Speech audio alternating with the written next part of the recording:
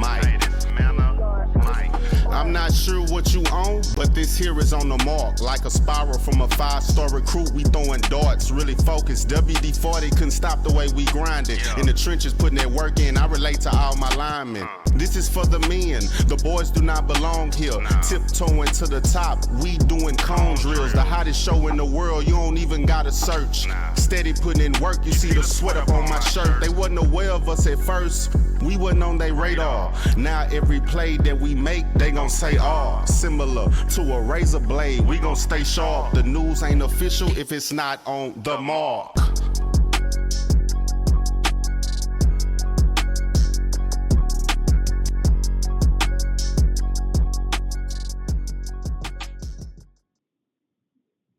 What it do? We're back. The On Your Mark Show, powered and sponsored by Apparel Sports Apparel. Every play I compete, live from the Fishbowl Radio Network. It's Wednesday, time to educate and elevate you. Listen, we got some big games going on this week. We're going to travel down to the H. I think one of the biggest games in the state, maybe a lot of people aren't talking about. Two of the best teams in 5A Division II, Randle, Iowa Colony, tomorrow night, Thursday night. It's a big game.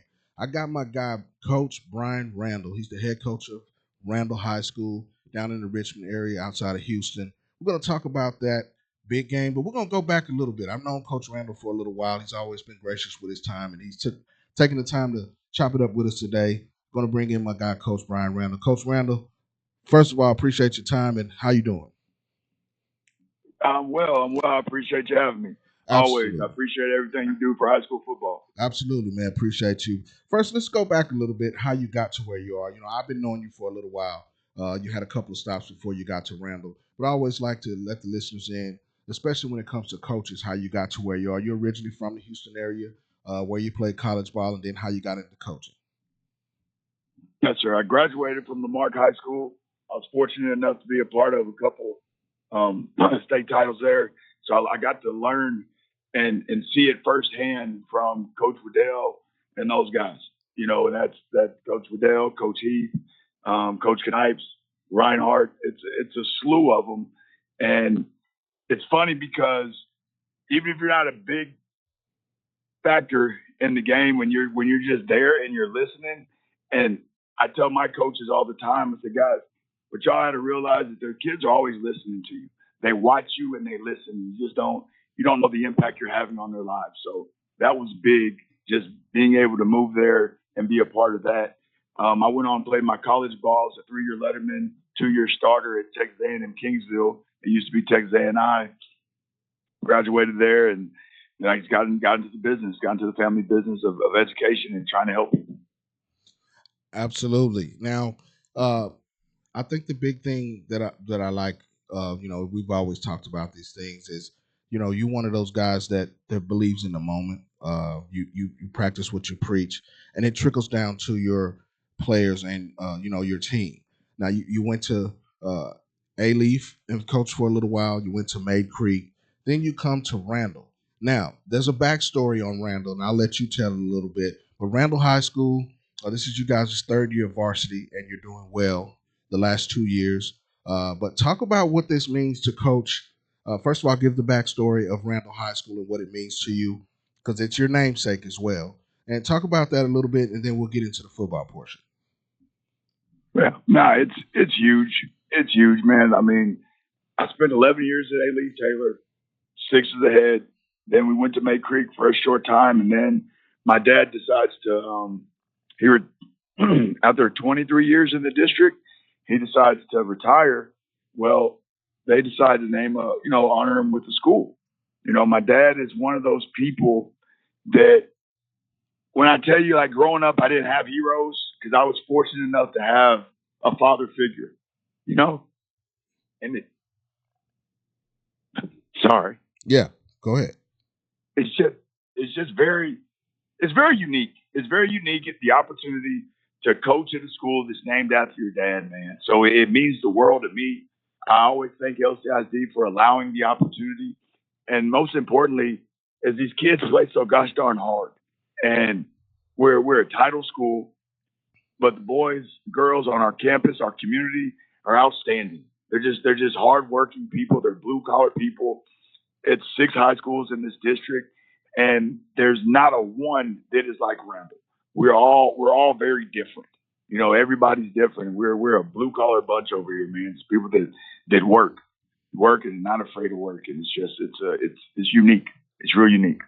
Absolutely, man. I just wanted to make sure that we got that across. I know the story behind it, and I think that's great. It's unique, and you live by that. And coming out of a family of educators, you trickled that down to your program. I've seen you work, at your first couple of stops, and now where you are at Randall, things are starting to come through.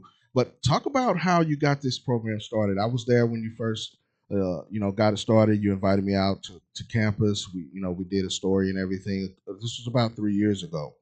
But in that meantime, I can remember and, watching you guys from afar, you telling me that this group of youngsters was going to be really good in a couple of years, and you could kind of see it. But talk about building a program from the ground up. Some of the exciting things and some of the difficulties of starting the program from the ground up and getting it on its way to where it is now. It's it's more hurdles than anything else. Like early on, it was like herding cats because you've got you've got the people from George Ranch, you've got people from Lamar, and you've got people from Terry, right? So you pull from these three schools, and you have to build a culture and a climate to get all these kids pushed and rowing in the right direction. Well, I got a great staff. Like I got a great staff. I got a great bunch of coaches. And when I say a great bunch, I mean that. Like they relate to kids. They're young enough to where they can get out there and run. It's important to me for my coaches to have played college football. All of my coaches have played college football from we got guys from the NFL all the way to Division 3.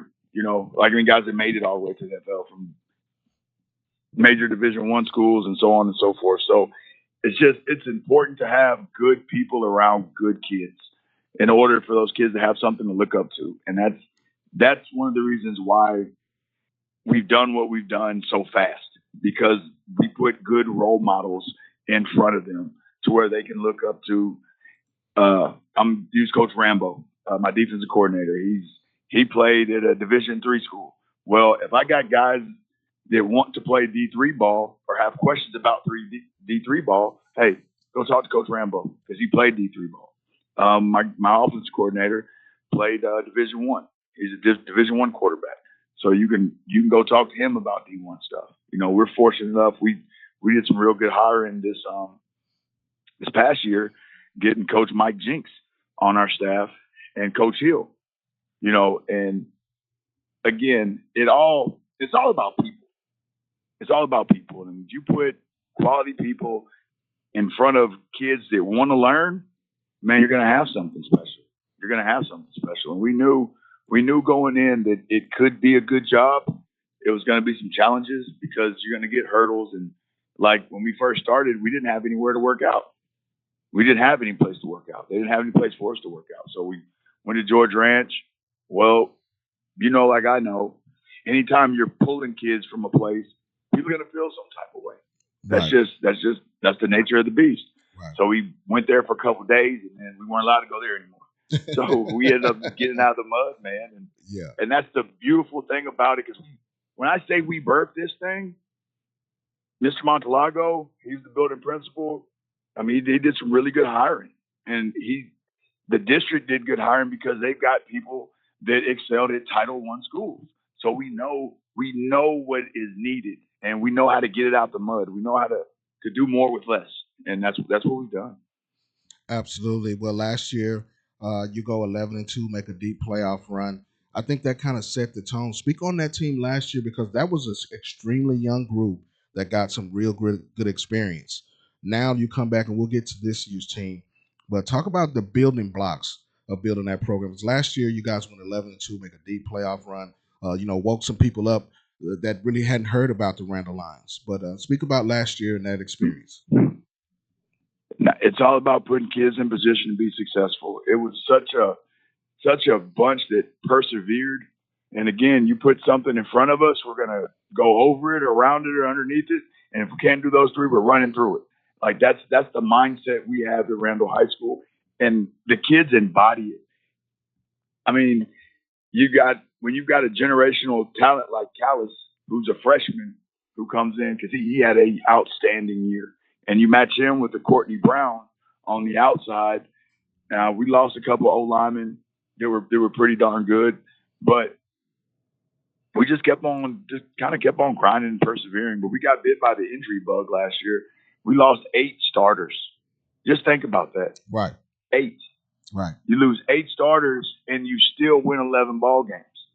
It's like every week we lost somebody, and they weren't just like a broken hand where you can put the club on and let them go. ACLs, torn meniscus, like the need immediate surgery, broken bones. It was bad, but that lets you know that we kind of plugged and go, and the kids just they rally around it and they just go, man. Like that's the one thing though we talk about every day. I ask the boys what's the most important thing in this world, and their response is time. And then I ask them what's the one thing you got complete and total control over, and their response is myself. And then one-on-one we what, and their response is win. And they embody it because they know that you have to win the one-on-one battles in life to be successful. They know that. And we just instill that. When I say we hammer them over the head with it, we hammer them over the head. And the one thing that you got complete and total control over, you and I both know, is just yourself and how you respond to adversity. Football is so much bigger than a game. It's so much like life. And these kids, you put that in them along with their talent, because we have a talented bunch. We got some kids that can go. And the great thing is, again, is they've all gotten it out of the mud. Nothing was handed to any of them. Nothing was given to anybody. Absolutely, Coach. I think that's really why I wanted to bring you on today. Is I know that message that you preach, but it's turned over into success, and you guys are on the verge of doing some big things. I think it talks around in my neck of the woods as far as the media goes. Randle's a team that everybody's got their eye on. And there's a reason, and that's the reason I wanted to bring you on today, Coach Brian Randle from Randle High School down in the Houston area. They got a big game tomorrow. We'll talk about that in just a minute. You mentioned some of the players. Let's talk about them a little bit. Of course, Landon Williams-Callis is going to get all the headlines. He's one of the top 2027s in the country, premier running back. If you don't know, you can Google it. You can look at it. But, I met Landon as an 8th grader, and there was a lot of buzz around him coming into high school. A lot of people knew about him. But you guys have really, really done a great job with him. Just speak about him a little bit. You call him a generational talent. Speak about him just a little bit, and then we'll go into a couple of more of the guys. Listen, when word got out that I accepted the job at Randle High School, I was getting phone calls about this kid. Hey man, you're gonna get this Callis kid. He's on that track to go to Randle. Well, the young man's in the 6th grade at the time, and I'm hearing nothing but. When I say I'm getting phone calls from Galveston. Boy, Derek Mouton giving me a phone call from Galveston. Hey, man, let me tell you. Yeah. And I'm listening, and I'm like, yeah, I hear you. Yeah, I hear you, Jack. It's just because you're talking about a 6th grader. Right. You don't know what God has for a 6th grader. He might already did the little league thing and washed out. Right. Well, I thank God I'm smart enough to listen to my people. So I take my staff, and we all go to Navarro 6th grade campus, right? Just to meet this kid, because I've heard nothing but great things. So we go, we shake his hand, let him know, hey man, we need to keep you on the silver track. Make sure you don't go anywhere. Make sure you don't go anywhere. We're going to take care of you. You're going to be fine. And sure enough, when he got to Wright, when he was in the 7th grade, they won every football game. Absolutely. When he was in 8th grade, they won every football game. Right. Well, he comes to Randle, earns a starting spot. We win 11 football games. Right. And he's one of those kids, man, that I personally think he's been here before. I think this is his 2nd time around because he's got an old soul, doesn't say much. But when I say he's a competitor and he's got to compete, like that's what that kid's going to do. Absolutely. Like that's what he's going to do. He's going to hit you in your mouth and get open. He's going to do whatever he needs to do to win. Because I watched him in junior high throw a 70-yard dime, right? Spot on. And then he runs for, probably rushed for 250, passed for 100, then probably had maybe 10 tackles. Like the kid played everything, man. Right. It's something to see. Like he's truly, truly special. But what people forget is the parents. You know, one of the reasons why he's so special because his mom and dad are very, very active in his life. His grandma was a principal in the school district. You know, and his first cousin is Jaquez Rogers, who played in the NFL for 6 years Absolutely. and won a state title at Lamar Khan. Right. You know, now you got to get the backstory Right. in order to understand why a kid is like he is. So he's kind of grew up in it, you know, and he's extremely blessed. The young man's extremely blessed and extremely fortunate. Absolutely, man. He's one of those guys that had a buzz a long time. In my neck of the woods, as far as media and scouting, we kind of knew about this kid, and to see him burst onto the scene as a freshman, we kind of saw it coming out. The rest of the country seeing it, and it's also a testament to the coaching staff that you guys have over there that are doing big things with that program. But let's go on the defensive side. You got one of the top D tackles in the country in Chase Sims, 6'3", over 300 pounds. I saw a game, I think it was the second game of the year against either Elsick or, it was Elsick. He just dominated. Yeah, it was Elsick. It was Elsick. I saw the cut-ups in some of the film, and he just was so dominant. His ability to control the line of scrimmage, and then he was running everything down that was moving. Talk about Chase Sims a little bit. Go, Chase. When I just tell you that Chase has a motor out of this world, he's got a motor. And he's a big, strong kid. And I remember when he was a freshman, I said, man, that joker, he's going to grow into those arms because his arms have always been extremely long. Right. Well, if you ever met his dad's is a giant. Like, dad's a big old man. So right. I'm looking at his dad. I meet his dad, shake his dad's hand. So I said, oh, boy, you're going to be just fine. Like, you're going to be just fine. And, again, it goes back to the parents. Mom and dad are extremely, extremely hands-on in this young man's life. And he's one of those hungry kids that he makes his dad get up and go work out with him. Absolutely. You know, we put him through the ringer, and he still has juice. So he'll, hey, Dad, come on, we got to go work out. We got to go work out. You know, so and it's kind of a neat thing. You sit back as a coach and you watch, because I've been in places they don't have that parent involvement as much. So the coaches, we had to be that guy for those kids. Well, out here, these kids they have very active parents, man. So it helps. It helps because they're so involved. They're so involved. So we can focus more on coaching instead of all the life stuff, you know. So it's a real neat thing to watch these kids work and watch their parents and just see the success and the smile on their moms' faces. I guess it's neat. But man, Sims is just one of those kids that again got out the mud, worked his tail off, and has earned every bit, everything that he's gotten, he's earned. And I wish nothing but the best for him. Absolutely, yeah. When you guys first started out, we met Chase, and I believe a couple of coaches when I was there told me that this guy was going to be one of the ones. And you said that a couple of years ago, and it's turned out to fruition. He's a Texas A&M commit, one of the highly recruited interior linemen in the country.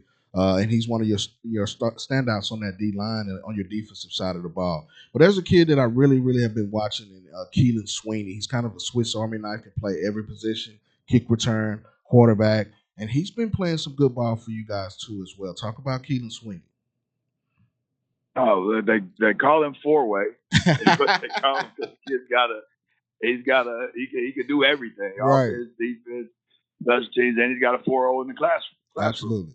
So that's his nickname. Yeah. And again, guess what? Active parents.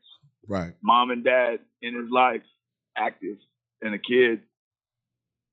Sweeney is one of those kids that really and truly is a godsend because he's calmed us down. Like he's very calm. He's very calm. He doesn't get rattled. You don't see him stress out. He doesn't throw fits.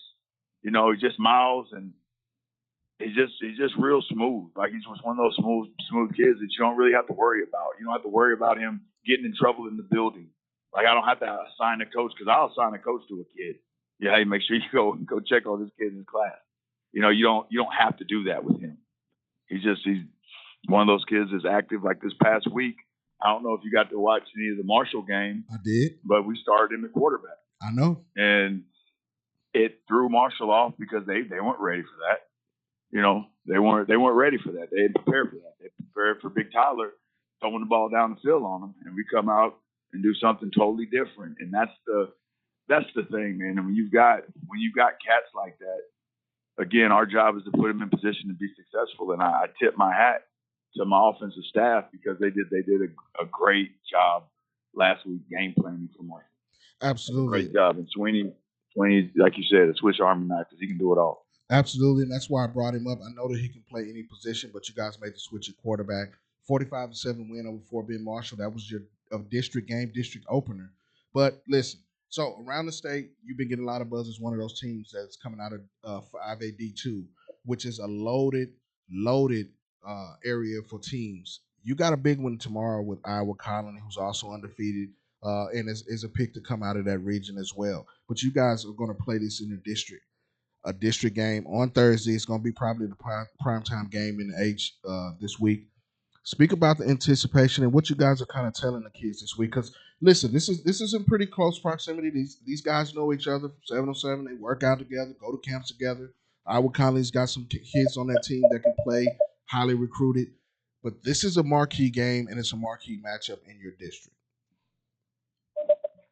This game right here is for the district championship. Absolutely. And I know, I mean, you say what you want to say. It's early. Don't count your chickens for it's hatched, but whatever. Like this game, whoever wins this game will go undefeated and win a district title. Like that's how important this game is. It's just crazy it's so early, you know, because normally these kind of games are kind of pushed back toward the end. But they are extremely talented, extremely talented. They got 4 Division I receivers, a D1 quarterback that has some wheels and can roll, you know. But we're not. The funniest thing is I'm looking at the polls, and we're picked to lose by like 93%. You know, so we're kind of the underdog going into this game. And I love being the underdog. I tell the boys, let's embrace it and let everybody know who we really are. You know, so but no, they're a very talented, very well coached team. But we're gonna see. We'll see what Thursday night brings. Absolutely. Well, listen, Coach, I appreciate you giving me a short time out of your busy day. Also, go ahead and give out social. I know you're big on social media. Haven't seen the minute yet in a little while. You know, if you don't know, Coach Randle gives out a message almost every morning. He call it the minute, right, Coach? Yeah, the morning minute with old Coach Randle. Yeah, with old Coach Randle. Like OLE. Yeah, old Coach Randle. We put old like I'm old. Like, absolutely. There was a kid got arrested. So Landell Johnson and Ellie Taylor. He passed away. Yeah, but he's from Louisiana, and they always call me old Coach Randle. Boy, himself. Like he always have jokes. You know how kids are, man. Yeah, so that's kind of where we got it from. But just a minute of positivity. Right. Because there's enough negative stuff going on in the world, and each one teach one. We're firm believers in that we all have a story. Every human being on this planet walking has a story.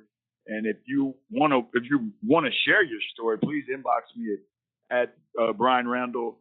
That's my little Twitter handle or whatever, and we'll put you on the minute. Because our job as adults is to help these young people not bump their head, because we've already lived it. You know, it's their turn to live it.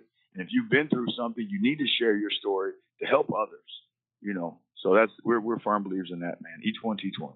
Absolutely. Well, Coach, that's definitely one of the reasons I wanted to have you on. Also, you know, good luck the rest of the way. I'll be seeing you guys soon. Always, you know, Coach Randle's always been great to me. Has always, wherever he's been at, has opened his team up, his program up to me, and interviews him. You know, that's the reason I reached out to him. Not only do they have a big game, but he's one of my favorite guys in the coaching industry. And Coach, listen, I appreciate you joining us today, and I will see you guys soon. No doubt. Appreciate you, brother. Absolutely. Y'all be safe, all right? Yes, sir. Yes, sir. Safe. Absolutely. That's Coach Brian. Coach Brian Randle with Randle High School down in the Houston area. Big game this week between them and Iowa Colony. Now, we talked about Randle a little bit, but let's talk about Iowa Colony. They're one of those teams that's kind of, you know, been flying under the radar a little bit, but they have some top players that you need to know about when it comes to Iowa Colony. Same district, 958 Division II. But, you know, these guys have been making some noise. They made a deep playoff run last year. They come in 4-0 with victories over Stafford, Crosby, which is a very good team, Alief Elsick, and Baytown League. Last year they finished 12-1 and made a deep playoff run as well. Some of the guys that you need to know about down in the H for Iowa Colony, Jaden Simmons, Chandler Love, Jaden Warren's definitely one of the top receivers in the state of Texas. Carson White, that's the quarterback that Coach Randle spoke about. He's a double-digit offer guy that's going to be at the forefront of those guys being successful. But 5A Division II is one of those. It's one of those. It's one of those classifications that you need to know about. Of course, we know about South Oak Cliff, Port Neches, Groves, but P&G is probably going to have to face one of these teams to come out of that region as well. But Iowa Colony and Randle's a big game down in the H, and that's the reason we had Coach Randle on today. I mean, it's two state ranked teams. I think Randle's coming in at number 5, and I don't know if Iowa Colony's ranked, but they should be. I mean, maybe it's just because of the schedule that they played, but yeah, Randall's number 6 in the state coming in this week. You got P&G at 1, SOC 2, Alamo Heights, Texarkana, Texas, which is a really good team. Shout out to Tredarian Ball, one of the best running backs in the state of Texas, committed to Oregon. Argyle, which is a very tough team. Now, Argyle has a big game this week against Colleyville Heritage. That's a big game. I've kind of been talking with, my guys that I usually talk to week to week in the media about big games. This is a big one. This is a district game as well between two teams that come in, and you got Arlington Seguin in that district who's playing well. Shout out to Seguin. They've been playing well. They're undefeated. So the winner out of this game is probably going to face Seguin for the district championship in that particular district. The Colony and Mansfield Summit, both teams that in that district, and as well as Everman. But this is a big game. A guy that's been playing well for Argyle is McGuire Gasperson. He's a 2026 quarterback that's been playing well, and he's taken over that job. He took over the job midseason last year. He was playing receiver, and the quarterback ended up getting injured. But Argyle's a team, religiously and year to year, they're usually a perennial playoff team. They're a team that usually makes a deep playoff run. They're a state championship pedigree type team. But this is a very tough district. And I think that this game will tell us everything we need to know and who's going to come out of that district. But Colleyville Heritage is a very good team as well. They're 2-0 in that district and 3-1 overall. They beat a very good Red Oak team early on this season in the pre-district schedule. So they're battle tested. I think this will be a game that comes down to the last, few plays, possibly a field goal, which I think, both of those teams usually have pretty good special teams when it comes to kicking. But Braden Blewett for Colleyville Heritage is a big time receiver. He's a guy that can get it done. Bryson Burgess is a guy on the defensive side that you need to look for. But Bodie Weaver is a guy that at quarterback that's been a standout for Colleyville this year. He's been able to run it, throw it, and he gives them that 1-2 punch with him and Blewett on that offensive side of the ball that gets it done. So that's a really big game in the Metroplex this week. And there's a couple of more big games. Salina versus Panther Creek, I think, is a very big game. It's a district game as well. I've been talking about Panther Creek for most of the years, a team that I really, really like in 4A. But Salina's that physical presence up front on the offensive and defensive line that'll maul you, that'll get it done. So this will probably be the first real big test for Panther Creek this week. It's a district game. It's a game that between two ranked teams, definitely that you want to see. It's a game that I kind of have an eye on, but you got to look in the 4A Division I ranks. Stephenville's 1, Panther Creek's 2, and then Salina's 3. Lake Dallas is a really good team that's been playing well, and Longview Pine Tree out of East Texas has been playing well. Kilgore is another team, and shout out to Alvarado. It's another team in 4A Division I that people may not be talking about as well. But Chapel Hill and El Campo down in the Houston area round out the top 10 in 4A Division I. But Salina's got a really good running back in Harrison Williams.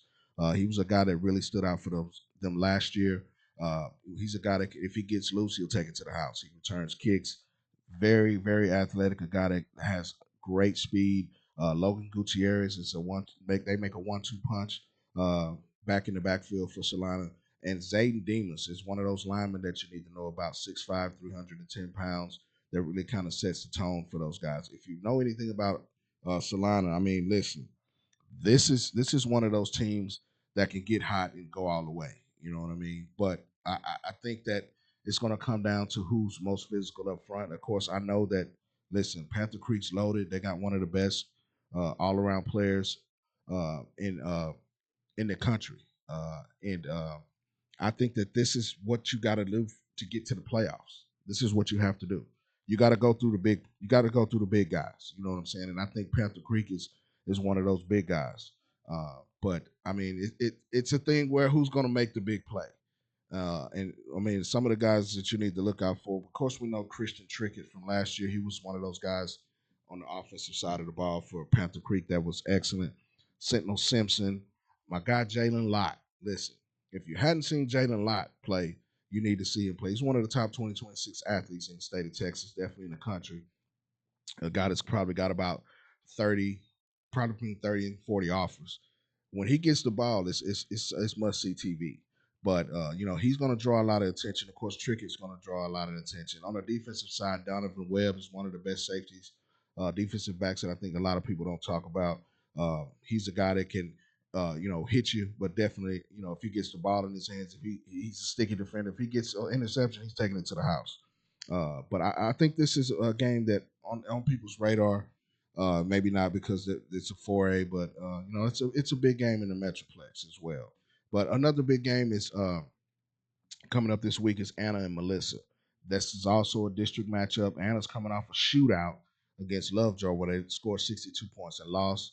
But I think that Anna's one of those teams that if they continue to stay hot, I think that they'll make a deep playoff run. DeAndre Williams is a phenomenal quarterback, dual threat, class 2026. I think that he's maturing right before us. I had a chance to see him against Salina last year, and they went 4 overtimes, and that was the only game that Anna lost on the way to the 4A Division I championship.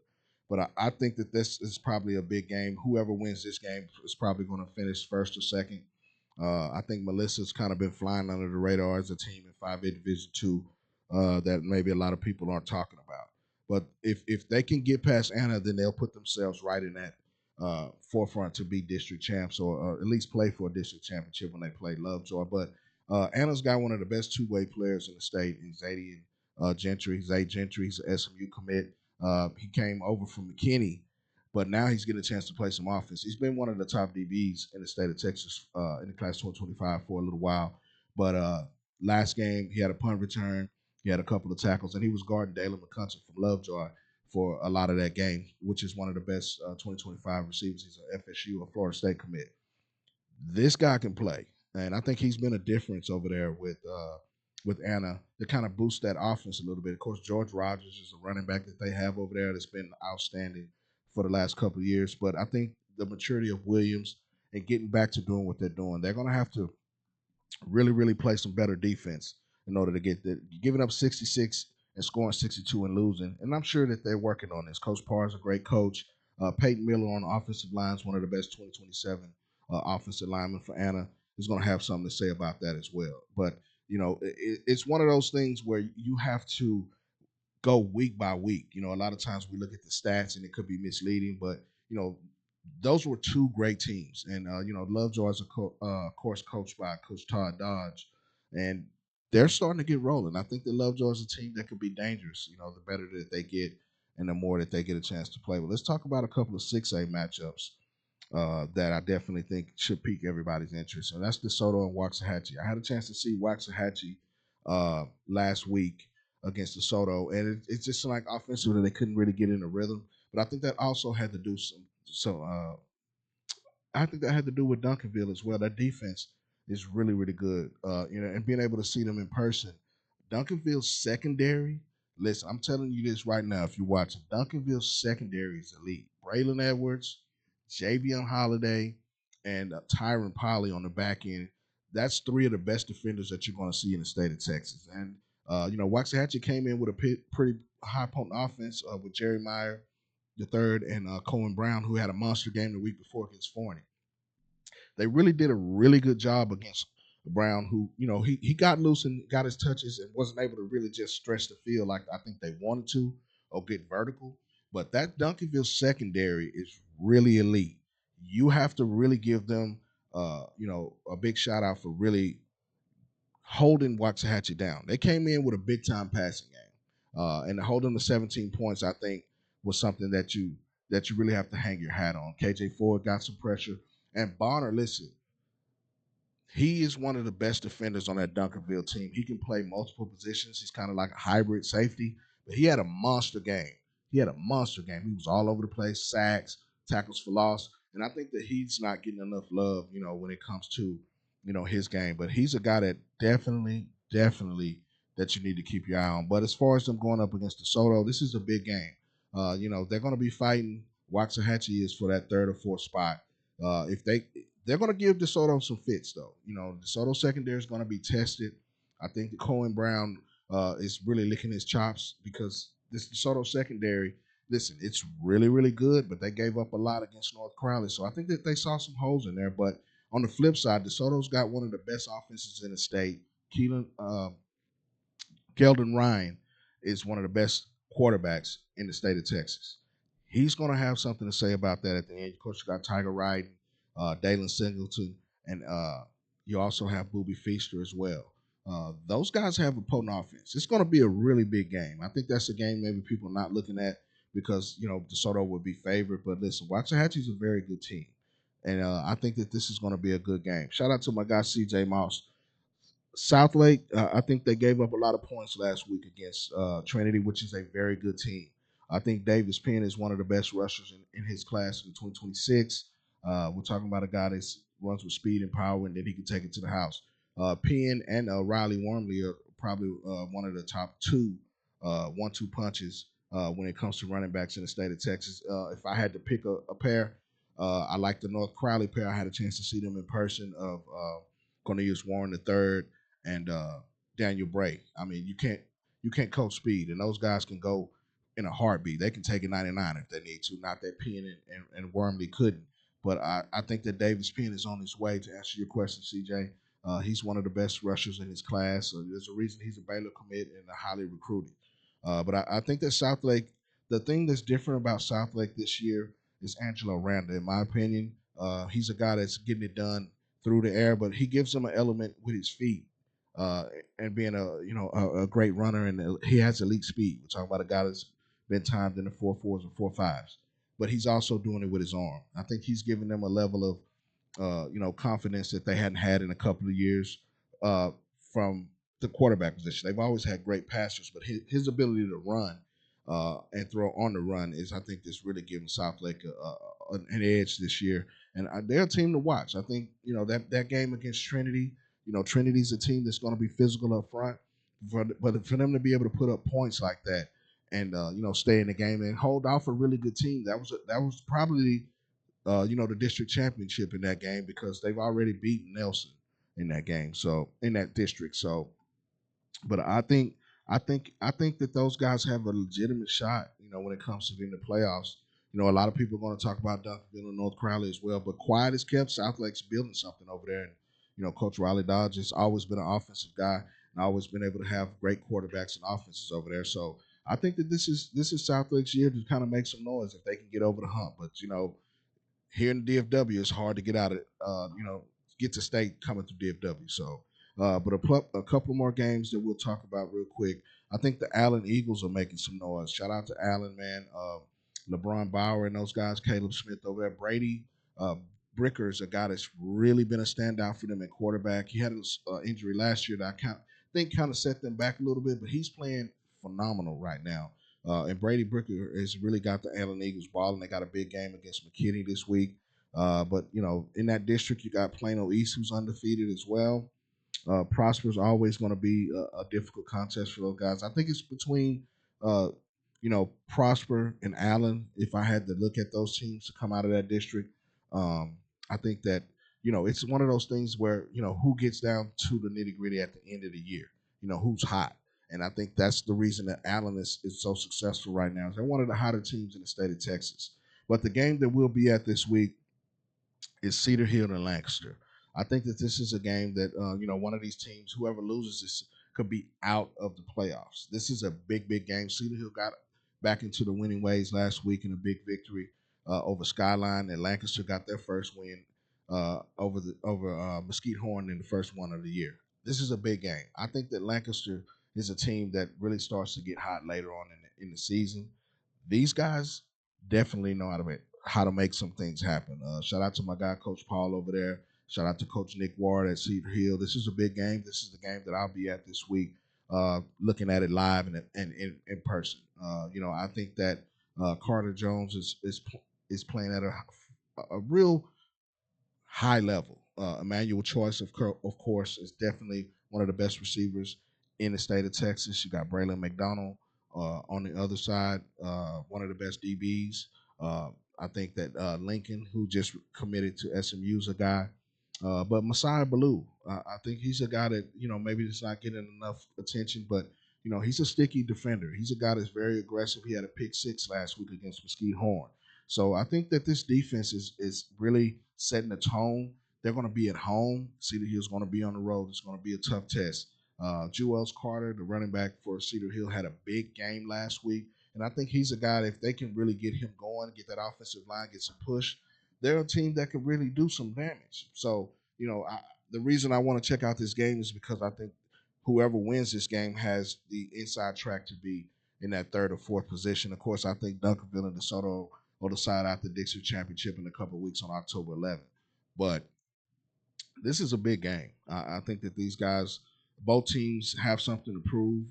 Cedar Hill kind of had a couple of losses there where they kind of got off to a slow start. And, of course, this was Lancaster's first win of the season last week. But both of these teams are kind of trending in the right direction right now. And that'll be our Hit Your Mark game of the week. And that'll be the game that we'll be in the house for. But that's our time for today, man. We appreciate everybody that tapped in today. Shout out to my guy, CJ Moss, Jesse Phillips, J Mac from the Dub, Ruby Henry, my guy Kenny Matthews from FridayNightGlory.com for tapping in today. My guy Kenneth Sweeney, appreciate you for tapping in and watching. But listen, every week we're right here on the On Your Mark Show, powered and sponsored by Epic Sports Apparel, live from the Fishbowl Radio Network. We appreciate everybody that joins us this week. Follow me on Twitter at MarkHen44 or Mark_Hen44 on Instagram. Listen, we're doing big things, man. We got a lot of things going on. Check out onthemarksports.com, man. We got some great content for you. The Leave Your Mark magazine is up now. I'll be sending that out today.